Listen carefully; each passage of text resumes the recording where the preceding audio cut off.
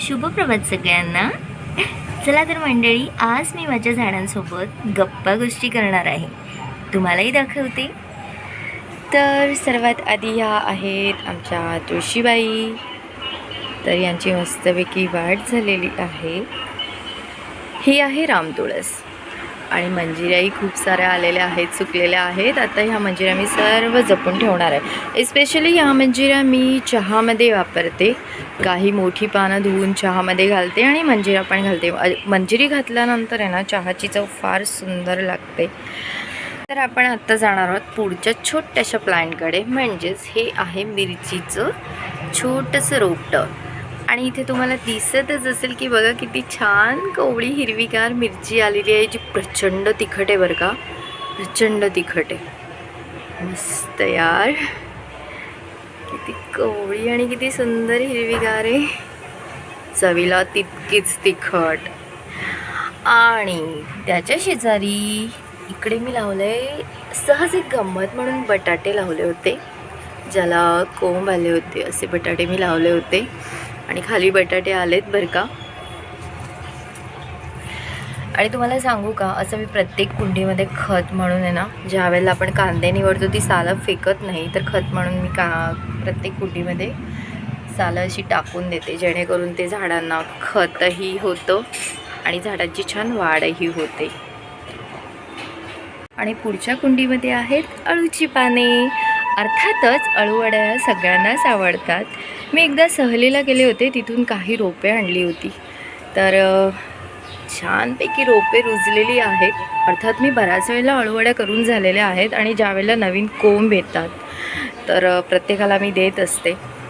आणि इस्पेशली माझ्याकडचा जो अळू आहे ना, तो काही खाजवत नाही, त्याच्या वळ्या फार छान चविष्ट लागतात. आणि तुम्हाला इथेही दिसतच असेल, मी इकडेही कांद्याची सालं घातलेलीच आहे. आणि मला अशी सवय आहे, ज्यावेळेला आपण कांद्याची पात आणतो ना, त्यावेळेला कांद्याची पात तोडून झाल्यानंतर जे कांदे राहतात ते असे खोचून द्यायचे. तुम्हाला दिसत असेल की ती छान कांद्याची पात आलेली आहे. ही तर प्रचंड वाढली आहे, म्हणजे मी एकदा भाजी पण केलेली आहे. अशा पद्धतीने हे कांदे मी असं लावते. आणि ही आहे पोकळ्याची भाजी. अवघं एकच रोप आलं यार, अवघं एकच रोप. बऱ्याच जणांना पोकळ्याची भाजी माहीत नाही, आमच्याकडच्या लोकांना माहीत असते. तर ही पोकळ्याची भाजी म्हणजे मुंबईत जी माठाची भाजी मिळते, हिरवा माठ लाल माठ, अगदी त्याचंच रूप म्हणायला काय हरकत नाही. आणि ही आहे छोटीशी स्वतःहून आलेली तुळस. आणि हा एक कांदा परत अळूचा आलेला आहे. त्यानंतर आत्ता हे कांदे तर सुकलेले आहेत, कारण याची मी एकदा भाजी करून झालेली आहे, पण मी उगाच सहज लावून ठेवलं आहे. आणि हे थोडं बांबूचं झाड आहे, प्रचंड वाढलं आहे. नाही, प्रचंड म्हणता येणार नाही, पण बऱ्यापैकी वाढलं आहे आधीपेक्षा. शेवटी या आहेत आमच्या हळदे काकू. शूटला गेल्यानंतर शूटवरून मला गिफ्ट म्हणून मिळालं होतं हे एक इकडे आणि अजून इकडे. सो यामध्ये हळद आलेली आहे, तर मी अजून काढलेली नाही आहे. असं म्हणतात की 9-10 महिने झाल्यानंतर ती हळद काढायची असते. बघूया किती हळद निघेल तर. आणि हे तर सगळ्यांनाच माहिती आहे, विड्याची पाने ती तर लागतातच. तेही मला गिफ्ट मिळालेलं आहे, सो मी ते रुजवलं आहे आणि बऱ्यापैकी ते वाढतं आहे. आणि इकडे आहेत आमच्या छान कृष्ण तुळस, सुंदर अगदी कोवळं मन मोहून घेणारं रोपटं. अर्थात मला हे हळदी कुंकवाला मिळालेलं आहे. ही छोटीशी पानफुटी, ही परत एक स्वतःहून आलेली राम तुळस. आणि बघा किती सुंदर मंजिरी आलेली आहे. आणि फायनली साताऱ्यावरनं आणलेलं हे जास्वंदाचं रोपटं. अगदी छोट्या काड्या आणल्या होत्या, ज्या एवढ्या वाढलेल्या आहेत. आणि यालासुद्धा मी कांद्याची सालं घातलेली आहे खत म्हणून. बऱ्यापैकी या झाडाने फुलं दिलेली आहेत. आत्याचा बहर गेला, माहीत नाही आता कधी परत फुलं येतील. ही दुर्वा, वेली दुर्वा, हे पण मी एकदा नवागडी नवराज्याच्या शूटवर सेटवरती गेले होतो, त्यावेळेला शूटवरून मी छोटंसं दुर्वेचं झाड आणलं होतं. म्हणजे मला त्यांनी स्वतःहून दिलेलं आणि ते मी रुजवलं, तर किती छानपैकी दुर्वा आलेले आहेत माझ्याकडे. वाव.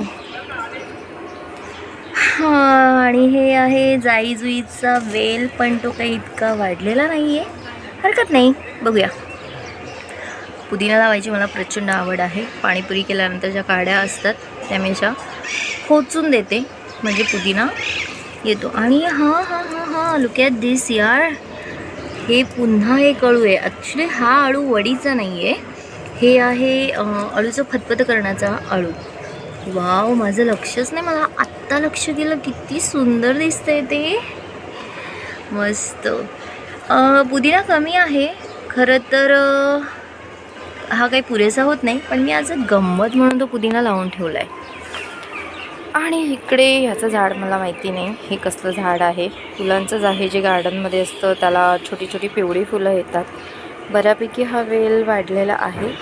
अजून याला एकही फुल आलेलं नाही आहे. बघूया कधी फ्लॉवर येत आहे तर. आणि अगदी गंमत म्हणून रुजवलेले 4 वाटाणे मोड आलेले, मस्तपैकी आलेत रोपं. आणि तुम्हाला सांगू का, तुम्हाला कदाचित दिसणार नाही, पण या इथे छोट्याशा मटारच्या शेंगा आलेल्या आहेत. ही एक शेंग आहे, ही फ्लॉवर आहे, ही परत एक दुसरं फ्लॉवर येतं आहे. किती गोड यार, किती सुंदर आहे. आणि अर्थातच असा हा माझा प्रताप असतो.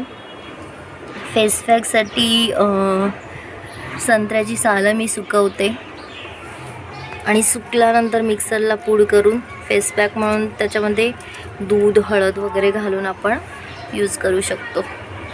ओले कांदे असतील तर असा माझा सुकवण्याचा तो प्रयत्न असतो, उन्हामध्ये वाळवायचं, म्हणजे ते जास्त काळ टिकतातही. हां, आणि बघा किती सुंदर फ्लॉवर आहे. तर ही आहेत ऑफिस टाईपची फुलं, जी सूर्य उगवल्यावरच येतात आणि सूर्यास्ताच्या वेळेला कोमेजून जातात. अर्थात बरीच फुलं येतात याला, पण आज कमी आहेत. रंग पण फार सुंदर आहे आणि प्रचंड मन मोहून घेतं आहे. याला गंध नाही, पण याचा रंग आणि आतील पराग फार सुंदर. बघ असं वाऱ्यावर डुलतंय.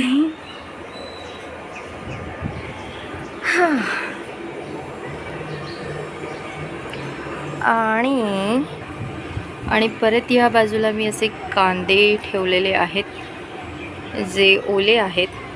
गॅलरीमध्ये ऊन येतं म्हणून त्यानिमित्ताने ते सुकतीलही आणि जास्त काळ टिकतीलही.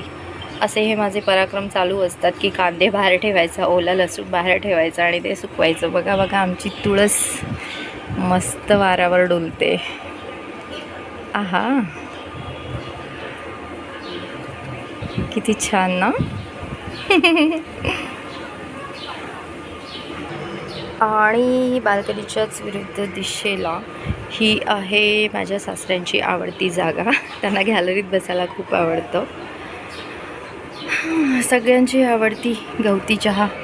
सर्दी झाली की मस्तपैकी पाण्यामध्ये गवती चहा घालून उकळायचा आणि चहा बनवायचा, छान लागते. तर आमच्यात गवती काकू पण मस्त वाढलेल्या आहेत, हिरव्यागार.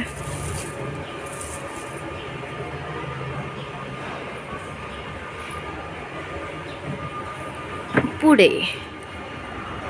बऱ्यापैकी बऱ्याच लोकांना हे माहिती आहे की ओव्याचं पान आहे. अर्थात हे काही रिअलमध्ये ओव्याचं झाड नाही आहे, पण याचा गंध ओव्यासारखा असतो.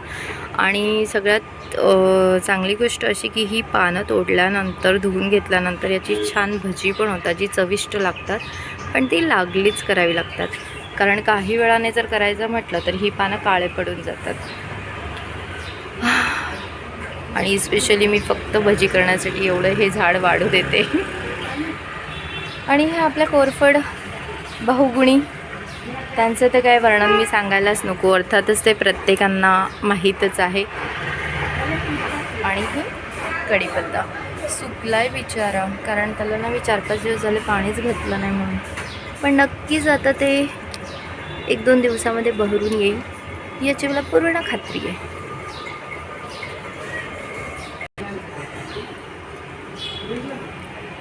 तर अशी आहेत ही माझ्याकडची सुंदर झाडे, जे नेहमी माझ्यासोबत हसतात, बोलतात.